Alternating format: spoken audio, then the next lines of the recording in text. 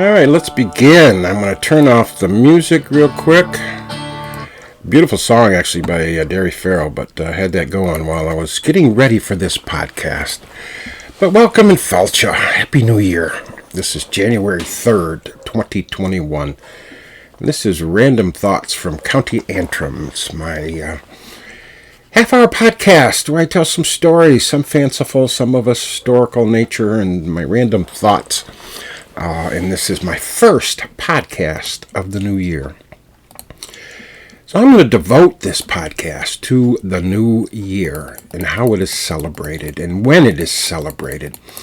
And it may not be obvious to you throughout this discussion that that's my theme, but it is indeed my theme.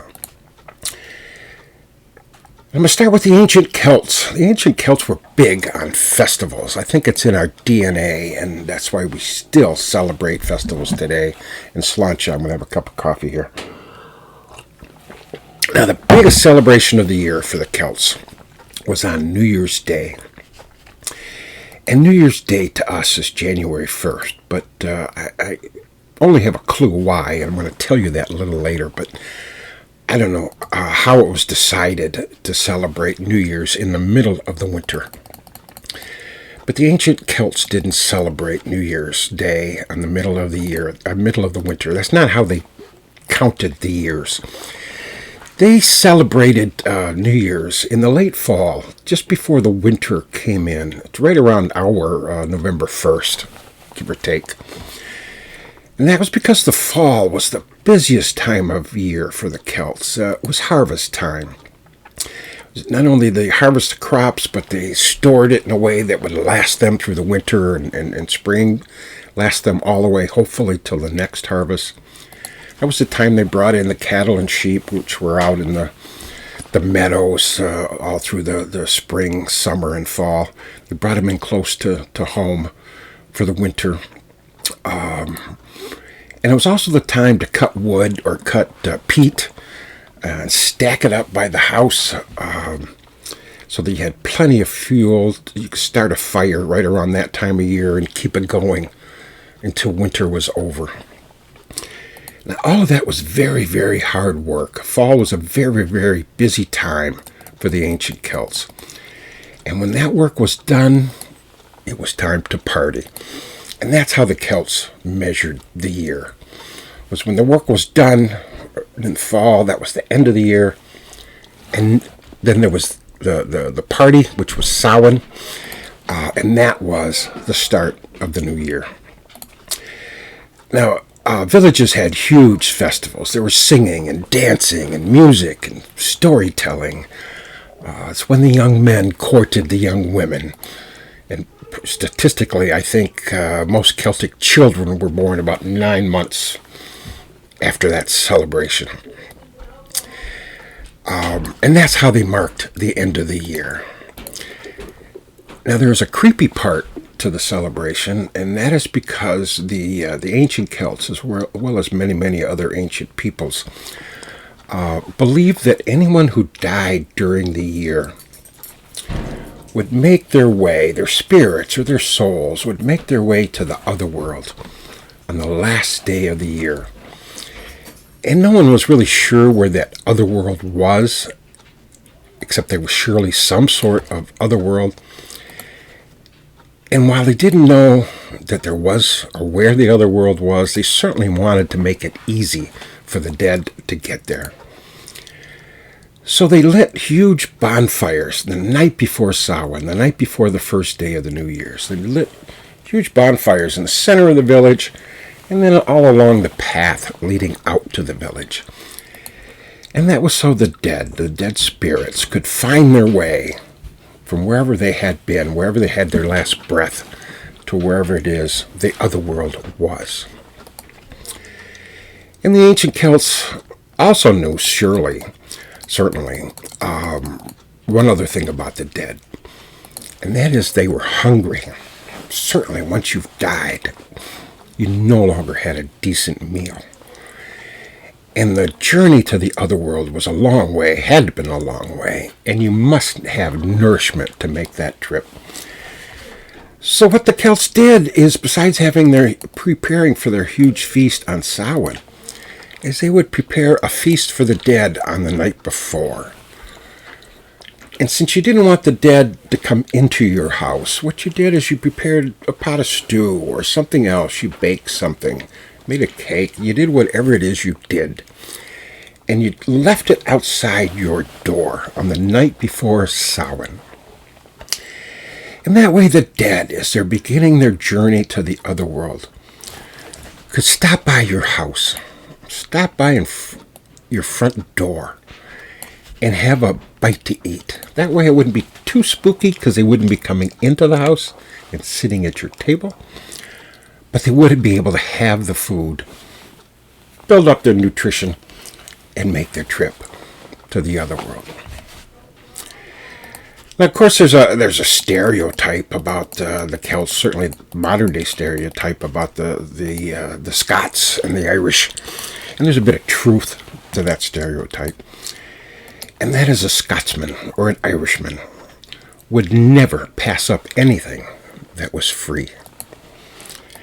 So many a Celt in those days, on the night before Samhain, would dress up as a dead person, put on the clothes of somebody who had been recently deceased, or painted their face, or hid their face, roamed around like a dead person.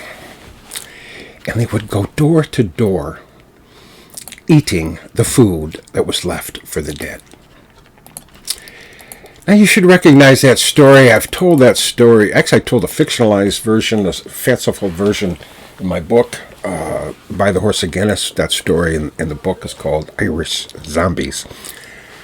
I've told that story at festivals, much more elaborate than what I just told you. It would go on and on and on about feeding Aunt Mary and everything else. And it's fun to watch the audience, not only the kids, but the adults that are in the audience. Suddenly the light bulb will go off somewhere in the story when they realize that what these ancient Celts were doing on the night before Samhain was very close to what people do today, what children do today on Halloween. And it is true that what the modern day Halloween celebration is how the ancient Samhain celebration has evolved. We are celebrating even today, much the way people celebrated Samhain the night before Samhain in ancient Celtic days. Now, I normally tell that story when I tell it in the fall, when Halloween is, but I'm telling you that today because it was celebrated not because it was fall, not because it was Halloween, not because it was a date marked on the calendar, but because it was the night before the New Year. And again, the Celts celebrated the New Year in late fall, just before winter arrived. So that's the Celtic New Year. Why do we celebrate New Year in the middle of winter? And maybe it didn't matter to the Romans, but it's certainly up here in the North Country. Winter is a cold, cold time. Kind of difficult to celebrate it outside, certainly. Why does it make any sense to celebrate January 1st, the New Year, in the middle of winter? Well, it does make sense that the first month of the year is called January. Janus was a Roman god. It's the god of beginnings and endings. There were always likenesses of Janus on doorways or archways, gates, passageways. And Janus, have you ever seen a statue of Janus? Janus had two faces. He had a face in the front and a face in the back. That way he could look at where he was going, and he could look at where he has been. And the statues of Janus usually show his profile. So they show a face looking to the right and a face looking to the left. So, of course, January, it makes sense that might be the first day of the year, because first month of the year, because that's symbolic of Janus. But why is it in the middle of the winter? Still doesn't answer that question, does it? Well, the answer goes back to the Romans. And actually before the Romans, to the folks who invented the lunar calendar. Early calendars were based on the cycles of the moon.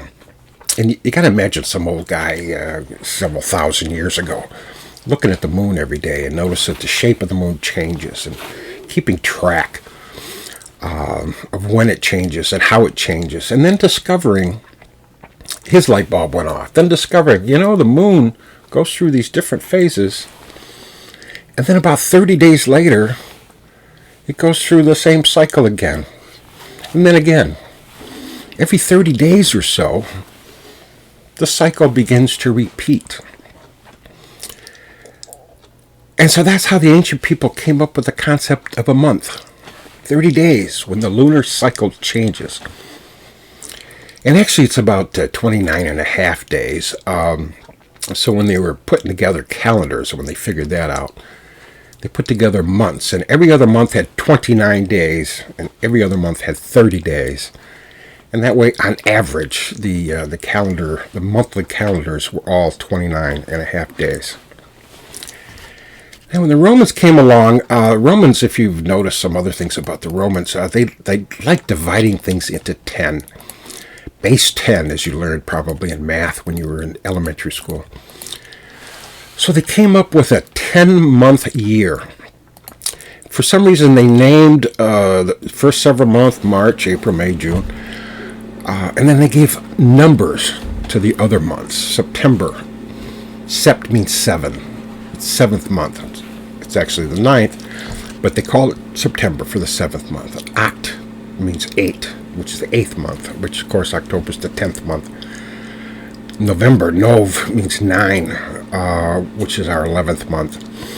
And December, Dec, means 10, the 10th month, which of course is our 12th month. I'm going to get into that numerical discrepancy shortly. But they called the first month, to the Romans, their first month was March. And that actually made some sense. March is spring. Spring is a good month to be called your new year. But that was the Roman system. March through December, 10 months. Now, confused yet? If you're not confused yet, you soon will be. Now, the Romans, it takes, as you all know, it takes 365 days, plus change, for the Earth to go around the Sun.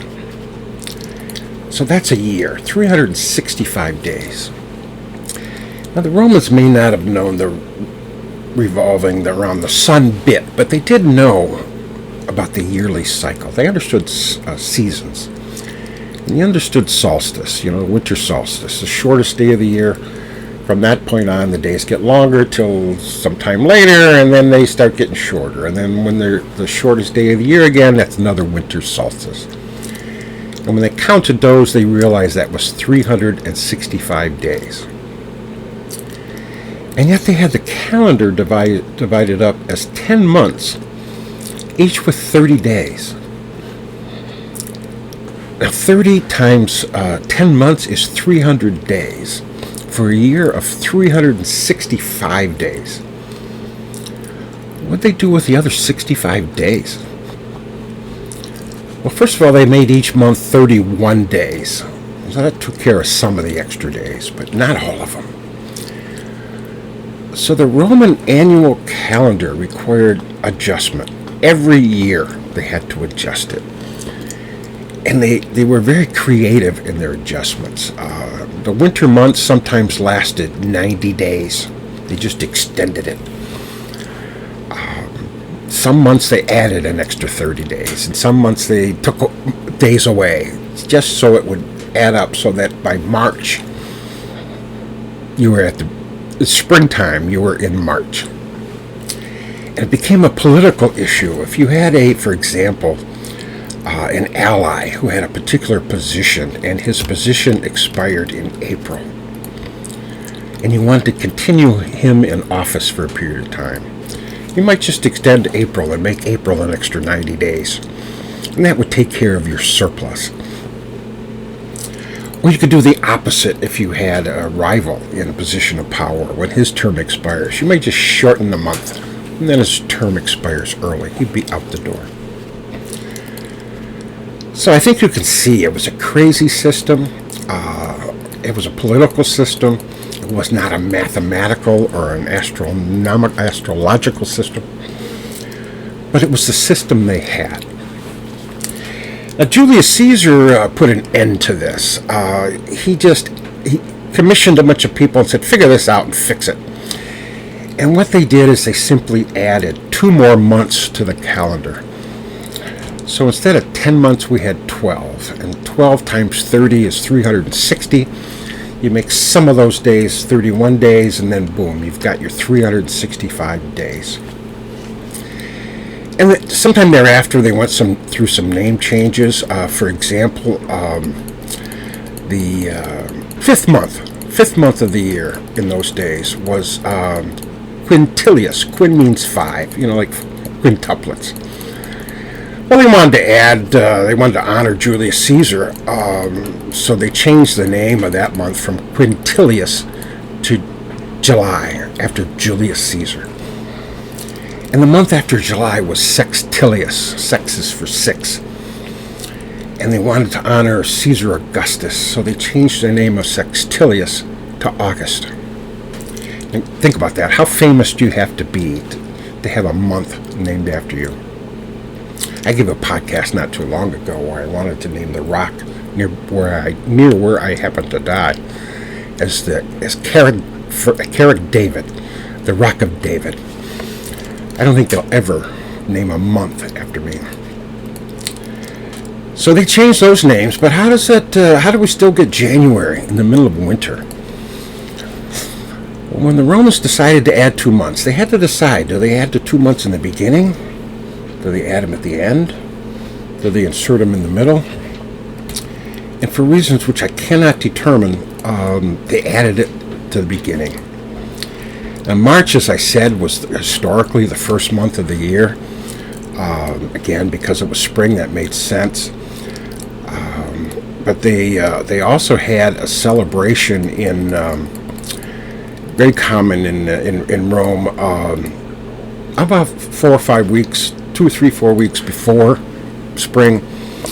It was a celebration to get rid of the evil spirits and to purify the city. And the purification process was known as Februar. Februar, I think is how you pronounce it. I don't know my Latin. So they named that month. They put that in front of March, and they named that month February. And we already had the good names taken, I think, for months. So they decided to try to name the other month after Janus. And since Janus was the month of beginnings, they decided to make January the first month of the year instead of March. So they put 2 months that they added, they put it in the beginning of the year, January, February, and then March, and then the continued system. And that's why the numbering system is off, because September through November are named after numbers, but the numbers are too off because they added 2 months to the beginning rather than to the end. So, as best as I can determine, that is why January is the first month of the year, and that's why, because it's in front of March, that's why it's celebrated in the winter. I do have another theory. I have no evidence to back up this theory, but I have another theory, and that the guy who was in charge of changing the calendar was probably a guy named Leonidas or something like that. And at the time, there was a Roman merchant who had a surplus of noisemakers and funny-looking hats, and he's trying to figure out how he's going to sell all these things. And winter was approaching. And so the merchant bribed Leonidas into making January the first month of the year. And that way, he could unload all of his surplus noisemakers and funny hats. But that's my theory. So we celebrate January 1st as the first day of the year, even though it's in the middle of winter. Not because it makes any sense, and not because it was anything we decided, but because it was something the Romans decided in ancient times. All right, now I'm going to move the story back to Ireland. A different but related topic. The language of Ireland. The language of Ireland is, of course, Irish and English. It's in the Constitution of the Republic of Ireland that all official business must be conducted in Irish. The Constitution also has another provision that says official business may be conducted in English. So as a practical matter, the business of Ireland, the official business of Ireland, is conducted in both English and Irish. And you see that, for example, on road signs. Public signs are all bilingual. The text, anyway, is in both languages. And the only way to avoid that is with pictures and without text. That way you can just show a picture. My favorite picture, by the way, is in the west of Ireland by the coast, the rocky cliff coast. There's a sign, many places, but the one that first caught my eye, I think it was in Clare. Sign of it shows a cliff and it shows a car going over the cliff, heading down. And the sign, of course, means be careful. There's a cliff ahead, and you could fall off the cliff and die. And rather than putting that in both Irish and English, they just had the picture. And it was probably easier for the brain to process that picture anyway. Certainly quicker than you could reading both languages. Now, it's been a different matter in Northern Ireland. For 8 decades or so after Northern Ireland became a separate entity in the early 1920s, English was the only language tolerated by the majority, the English-speaking Protestant pro-British Unionists. The Irish language was viewed as suspicion. It's one more step they saw to unification of Ireland, north and south. It was discouraged. It may have been spoken by people, Irish Catholics certainly in the north, but it was not recognized as anything official, certainly not on road signs. Now, the Belfast Agreement, which I think I've alluded to in past podcasts, sometimes called the Good Friday Agreement, because it was signed on Good Friday, 1998, in Belfast. It largely ended the troubles, the years of violence in Northern Ireland. And they did this in a variety of ways. One of them was a whole series of things that just kind of mandated people to be tolerant of each other. And that included language, recognition of the Irish language. But in the provisions that dealt, when they were negotiating with the provisions that dealt with Irish and English and tolerance of both, a third group spoke out. And they were people who wanted recognition of the Ulan's language. Now, Ulan's is primarily a spoken language. There isn't an Ulan's dictionary. There's very little in the way of Ulan's literature. No formal rules of grammar or syntax, but it was spoken nevertheless. And it seems to have evolved from Scottish Gaelic and Old English. And it's still spoken in many regions in Scotland. And also in Northern Ireland, when many Scots migrated to Ireland, particularly Northern Ireland in the 17th and 18th century, they brought that language with them. And when you listen to people speak Ulan's, it's really difficult to follow. There's places I've been in Northern Ireland where I could hardly recognize a word people were speaking. I can pick out some English, I can pick out some Irish, but there were some words that just made no sense whatsoever to my uneducated Ulan's ear. One of my favorite words that I did pick up in Northern Ireland was cludgies. Sometimes during the day you have to go to the cludgies, and cludgies means toilet in the Ulan's language. But when I speak with someone who's speaking in certain regions in Northern Ireland, I just kind of have to nod because I have no clue what they're saying. But in any event, when they're negotiating the Belfast Agreement, they recognized that people still spoke and recognized Ulan's. And so they included Ulan's as one of the languages to be respected and tolerated in Northern Ireland. And so that officially, at least, Northern Ireland is trilingual, English, Irish, and Uhlans. Now, why am I telling you this? And why am I telling you this today? Well, I can wager that 1 second after midnight, New Year's Eve, you heard a particular song. Now, I didn't, because I went to bed on Thursday at about 10 o'clock. That's how I celebrate New Year's Eve in a pandemic. But if you didn't hear the song this Thursday, I guarantee you've heard it on many, many New Year's Eve. And I'm referring, of course, to Auld Lang Syne. May old acquaintance be forgotten. Should old acquaintance be forgotten. You've heard that song a million times, and certainly every single New Year's Eve. Now, what does it mean? And what language is it? Well, it's Uhlans. It literally means old long since. Old long since. And it's used in a sense of saying for sake of old times or days gone by. And that's the phrase, how it's used. But literally, it's old long since. And it's based on a poem by Robert Burns, published first in 1788. And it's to a tune, it's an old Scottish folk tune. And I say it was largely written by Robert Burns because Burns claimed that he heard it from someone else. He heard it talking to an old man. And the old man claimed that it was an old Scottish poem, an old Scottish series of expressions.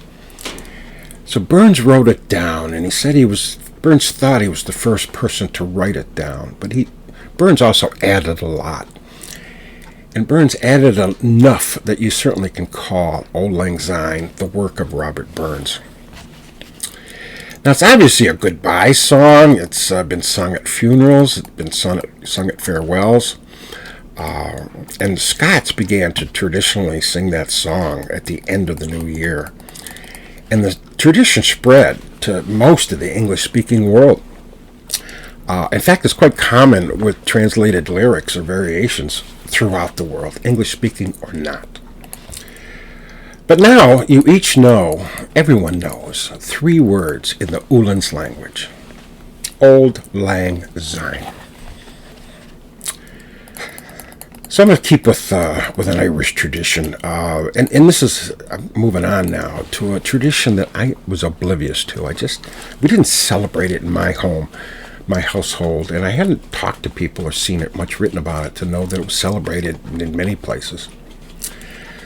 But the tradition is this: right at midnight, you open the back door and you open the front door. And by opening the back door, the old year has a place to get out. And by opening the front door, the new year has a place to come in.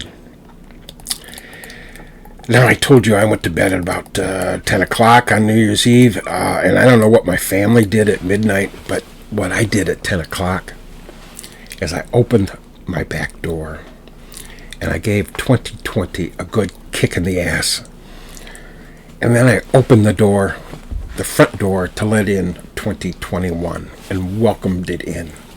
And then I shut the door, and I went to bed. So I'm going to finish with one more story for today. It's a story I've told a lot, but and I told it for a particular purpose, but I think it's appropriate to retell it today. And the reason I tell this story to so many people is I use it as an example of how the Irish have acquired somewhat of a mastery of the English language. The Irish have always respected the spoken word and the written word. And you see some great works of literature for a millennium and poetry from the Irish. Great stories and legends by the Shawnee of Ireland for a millennium. But all in the Irish language.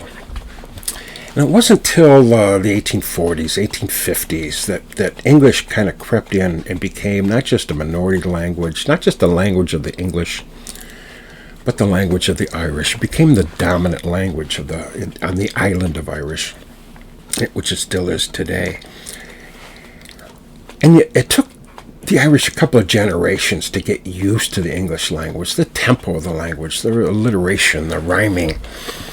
And you don't see an awful lot of wonderful literature or whatever in the late 19th century. But then late in the century, in the 20th century, you start seeing this avalanche of wonderful poetry, wonderful literature, plays, with great dialogue, all in English. And that's kind of when the Irish, I think, finally got used to the English language and understood the advantages or some of the uses, colorful uses of the English language.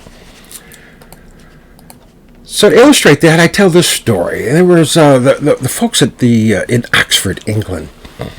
They update periodically. The linguist and the English department people update the Oxford English Dictionary, sort of the Bible of the English language. And they add new words, and they refine usages of old words that are in the dictionary. So they have a good definition of every word in the English language. And sometimes they relook at or revisit some past issues where they weren't really sure that they've nailed it in their definitions.